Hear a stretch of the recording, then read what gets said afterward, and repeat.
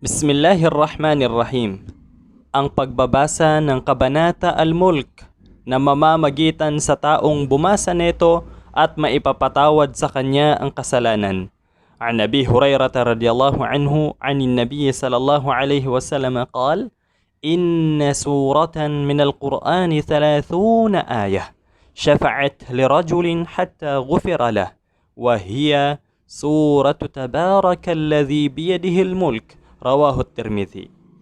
Ayon kay Abu Hurairah radhiyallahu anhu mula sa propeta sallallahu alaihi wasallam, siya ay nagsabi, katotohanan ang isang surah o kabanata mula sa Quran na may 30 talata ay maging tagapamagitan ng isang lalaki na bumasa nito at hanggang sa ipapatawad sa kanya ang kasalanan, na ito ang kabanata na nagsisimula sa Tabarakalladhi biyadihil mulk.